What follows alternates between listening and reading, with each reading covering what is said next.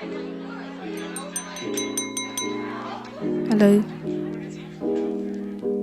Welcome back to another episode of the Nxt Gen POV. I'm your host for today, Denise Linden. And today we are diving headfirst into the hilarious world of DNA testing. Now, I know you're thinking, DNA? That's serious stuff. Well, fear not, my dear listeners, because we're going to sprinkle our signature satire and humor into this sensitive topic. So, let's start off by tackling the news that has been making waves in Uganda lately. You won't believe it, but there's been a DNA epidemic. Yes, you heard me right. People are rushing to carry out paternal tests left and right. Apparently, more men are filing for divorce, and some are even trying to change their children's particulars on national data registers. Why, you ask? Well, these various paternity tests have shown that they are not the biological fathers of their supposed children. Talk about shocker. But wait, what is DNA anyway?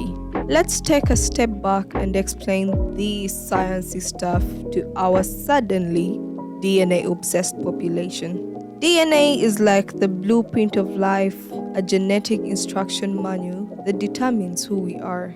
And now everyone and their grandmothers want to carry out DNA tests. It's like the latest trend, and we've got to get to the bottom of it. These tests have become so accessible and convenient. I mean, you can get your results within 3 to 5 working days. Quick, right?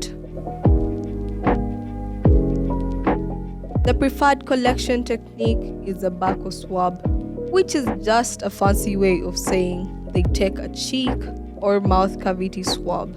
It's painless, non-invasive, and apparently 99.5% accurate. So, if you're trying to prove your paternity or maternity, or even establish your siblinghood, DNA testing is the way to go. But hold your horses, folks. We need to talk about the aftermath of all this testing. Nobody seems to be addressing the impact on the children involved. Think about it. They are the innocent victims caught up in this whole DNA drama. It's not just about the adults and their newfound revelations. We have got to focus on the kids and emotional roller coaster they are experiencing. It seems like the government is finally stepping in to regulate these DNA testing services. Uganda's Parliament Deputy Speaker Thomas Tayebwa summoned the Prime Minister to guide the nation on what measures will be taken. They're concerned about the rising number of DNA test applications, especially from men.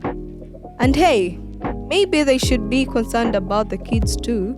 In fact, NAPAC woman representative Faith Nakut proposed that paternity testing should be added to the list of restricted health services. She wants to prevent depression and suicide, especially among men.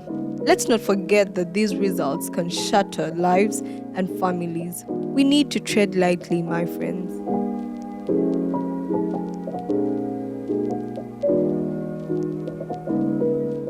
Just to give you a taste of how deep this rabbit hole goes, 32 Ugandan men recently demanded the cancellation of their children's passports after paternity tests revealed they weren't the biological fathers. It's a whole mess, folks, and it's not just affecting the adults. We need to find a solution that protects the well-being of these innocent children.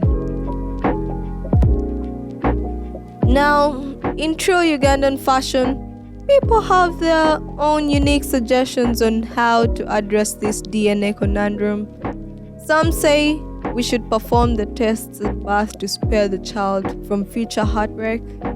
Others argue that we shouldn't even bother with these tests because they can be manipulated and the truth may remain elusive. It's like a game of, is it my DNA or not? But here's the thing. While everyone has their ideas, including the government, will any of these solutions truly work? Will they protect the children caught in this whirlwind? It's a thought worth pondering. Well, that wraps up today's episode of the Nxt Gen POV. We have covered the DNA epidemic, the government's intervention, and the impact on the innocent children involved. Remember, humor can bring light to even the darkest of topics. But let's not forget the sensitivity and compassion needed in situations like this. Stay tuned for our next episode where we will dive into the world of... let's keep that a secret for now. Until then, keep laughing and never forget to find a little humor in this life's mess. This is Denise Alinda signing off. Bye-bye.